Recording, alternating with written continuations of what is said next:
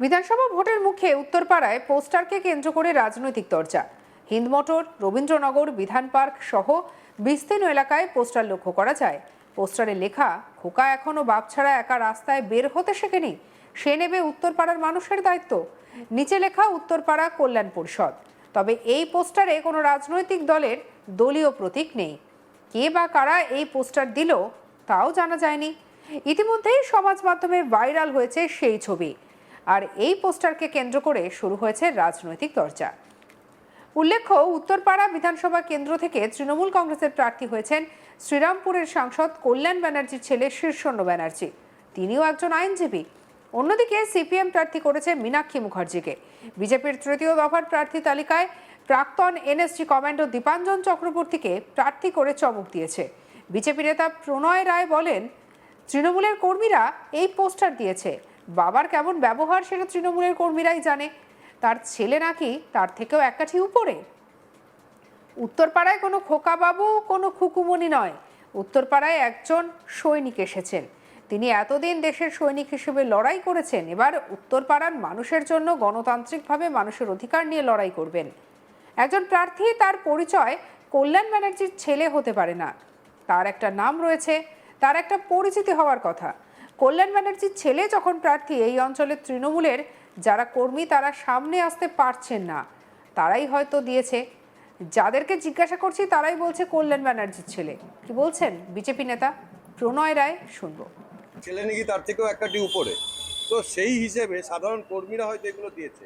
কিন্তু আমাদের বক্তব্য হচ্ছে যে উত্তরপাড়া বিধানসভায় কোনো খোকাবাবু, কোনো খুকুমুনি নয়। উত্তরপাড়া বিধানসভায় একজন সৈনিক এসছেন আমাদের প্রার্থী হিসেবে। উনি এতদিন দেশের হয়ে বন্দুক হাতে লড়াই করেছেন, আর উত্তরপাড়াতে গণতান্ত্রিকভাবে উত্তরপাড়ার মানুষের অধিকার নিয়ে লড়াই করবেন। আমাদের প্রার্থী সেই লড়াইটা দিতেই উত্তরপাড়ায় এসছে। দেখুন, আমার মনে হয় না এটা কোনো দল, এটা তৃণমূল কংগ্রেসের নিচু স্তরের যারা কর্মী তাদের অভিজ্ঞতাতে তারাই হয়তো দিয়েছে। কারণ দুর্ব্যবহার। একজন প্রার্থী, তার পরিচয় তো কল্যাণ ব্যানার্জির ছেলে হতে পারে না। তার তো একটা নাম আছে, তার তো একটা পরিচিত হওয়ার কথা। কিন্তু আমি যাদেরকে জিজ্ঞেস করছি কে প্রার্থী, বলছে কল্যাণ ব্যানার্জির ছেলে। তো কল্যাণ ব্যানার্জির ছেলে যখন প্রার্থী, তো এই অঞ্চলে যারা তৃণমূলের কর্মী তারা তো আর সামনে আসতে পারছে না, তো তারাই হয়তো দিয়েছে।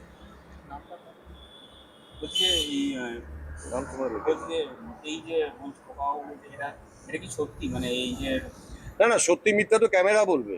আমি তো দেখলাম যে এই যে রাস্তায় যেগুলো আমি সোশ্যাল মিডিয়ায় দেখছিলাম, যে বাবা এইভাবে এসেও, বাবা এসো, তারপরে ছেলে একটু এগোচ্ছে। কিন্তু সত্যি মিথ্যার কি হচ্ছে, তো ক্যামেরা কথা বলবো। আমি তো দেখেছি সোশ্যাল মিডিয়ায়। 20 বছর বাবার সাংসদ, এরপরে ছেলে, কি মনে হচ্ছে মানুষ? সেইটাই তো আমাদের সুবিধা। 20 বছরের সাংসদকে তো জবাব দিতে হবে। ওনার সংসদীয় ক্ষেত্রে উত্তরপাড়ার জন্য উনি কি করেছেন। রাজবাড়ি যে হসপিটালটা, 22 বিঘার উপর জমি আছে, কেন সুপার স্পেশালিটি হসপিটাল হলো না? সাংসদীয় জবাব দিতে হবে, ওনাকে তো জবাব দিতে হবে। এই যে ফ্লাইওভার একটা দরকার মাখলা থেকে এখানে কানেক্ট করতে, সেই ফ্লাইওভার কেন হলো না? ওনাকে জবাব দিতে হবে। রেলমন্ত্রী এসেছিলেন কদিন আগে মায়াসে, সেখানকার যিনি পূজারী ট্রাস্টি একটা অনুরোধ করেছেন রেলমন্ত্রীকে যে শ্রীরামপুর স্টেশনটা যাতে ভালো হয়। সাথে সাথে রেলমন্ত্রী ইনস্ট্যান্ট অর্ডার দিয়ে 7 দিনের মধ্যে অর্ডার চলে এসছে যে সেখানে অমৃত ভারতের যে স্টেশন সেটা হবে। এটা তো সাংসদের কাজ ছিল, সাংসদ কেন করছে না? তার বিধানসভা এলাকায়, উত্তরপাড়া বিধানসভা কেন কোনো এলাকায় কাজ করছে না? সেই জন্য যেটা বাবা করতে পারেনি সেটা ছেলে করবে, এই আশা উত্তরপাড়ার মানুষ করেন।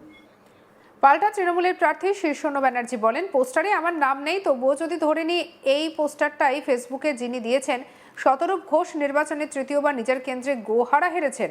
গতবার নির্বাচনে 40,000 ভোট পাননি উনি। আগে নিজের ভোটটাকে পাবার চেষ্টা করুন। সমাজ মাধ্যমে যতগুলো ভিউজ পান ততগুলো ভোট পান না। লোকসভা নির্বাচনেও সিপিএম প্রার্থীর দীপশিতা ধর 2,40,000 ভোট পেয়েছেন। সেখানে বর্তমানে তৃণমূল সাংসদ 6,70,000 ভোট পেয়েছেন। বামেরা হলো সোশ্যাল মিডিয়ার ওরিয়েন্টেড প্রার্থী। নিচু তলায় ওদের কোনো সম্পর্ক নেই, তারা যা ইচ্ছা তাই বলুক, এতে আমার ভোটই বাড়বে, কমবে না। কে কার হাত ধরে এসেছে আগামী 4 মে তার জবাব দিয়ে দেবে। পরের সিটটা বেছে রাখুন মীনাক্ষী। বিজেপির বক্তব্যকে পাল্টা কটাক্ষ করে শীর্ষেন্দু বলেন, এর সঙ্গে তৃণমূলের কোনো সম্পর্ক নেই, রাজনৈতিক অপলাপ তৃণমূলের জড়িত নয়, তৃণমূল এর সঙ্গে জড়িত নয়, কি বলছেন শীর্ষণ্য ব্যানার্জি, শুনবো।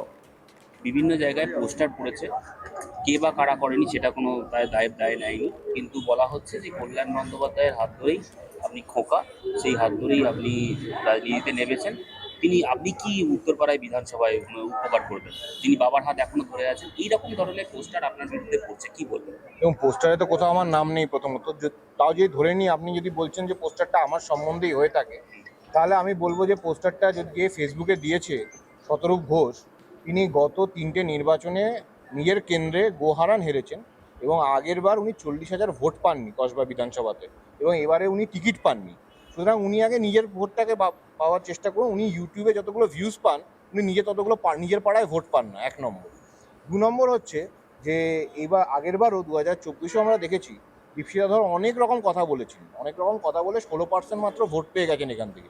2,40,000 ভোট পেয়েছে। আমাদের প্রার্থী এখানে 6,70,000-এর উপরে ভোট পেয়েছে। সুতরাং ওনারা হচ্ছেন একটা মানে social media oriented party, ground লেভেলের সঙ্গে কোনো কানেকশন নেই। এখানে ওনারা যা ইচ্ছে এগুলো বলুক, তাতে আমার ভোট বাড়বে কমবে না, ঠিক আছে? আর এখানে কে কার হাত ধরে এসছে, কে কি করতে পারে না করতে পারে, আগামী 4 মে ওরা উত্তর পেয়ে যাবে। আমার অ্যাডভাইস হচ্ছে পরের সিটটা বেছে রাখুন মীনাক্ষী দেবী। তারা যিনি বিজেপির যিনি মুখপাত্র রয়েছেন, তিনি বলছেন যে তৃণমূলের লোকজনই, তৃণমূলের একাংশ তারাই এই পোস্টার দিয়েছে। তো অনেকে অনেক কথা বলবে ইলেকশনের সময়, এখানে সবাই তৃণমূলের অন্তত সবাই একজোট হয়ে লড়ছে এবং সেটার ফল 4 মে বোঝা যাবে।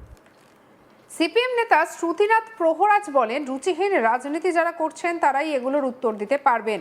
এসবের মধ্যে আমরা নেই, আমরা মানুষের জন্য লড়ছি, মীনাক্ষীকে সামনে রেখে বিধানসভায় মানুষের কথা তুলে ধরতে। এগুলো যারা করছেন তারা মানুষের জীবন জীবিকার বিষয়গুলোকে এড়িয়ে এসব বিষয়গুলোকেই প্রাধান্য দিতে চান। এ প্রসঙ্গে সিপিআইএম নেতা শ্রুতিনাথ প্রহরাজ কি বলেছেন, শুনবো। হাত ধরে উত্তরপাড়ায় রাজনীতি চলছে, কি বলবেন এই স্বজন পোষণ নিয়ে যে পোস্টার পড়েছে? এইসব নোংরা রুচিহীন বিষয় নিয়ে আমাদের মন্তব্য না করাই ভালো। যারা করছেন তারাই এর উত্তর দিতে পারবেন। আমরা এইসবের মধ্যে নেই। আমরা মূল রাজনীতিটা করছি মানুষের কথা বলার জায়গাটা যাতে বিধানসভায় হয় তা নিশ্চিত করার জন্য। মীনাক্ষীর নেতৃত্বে আগামী দিনে উত্তরপাড়ায় তা আমরা নিশ্চিত করব। এটাই আমাদের এই গোটা লড়াইয়ের প্রধান প্রত্যয় বলতে পারেন। সব গোটা বিধানসভার 290টা বুথ জুড়ে আমরা ওই লড়াই করছি। এই সব বিষয়ে আমরা মাথা গলানোর জায়গায় যেতেও চাই না।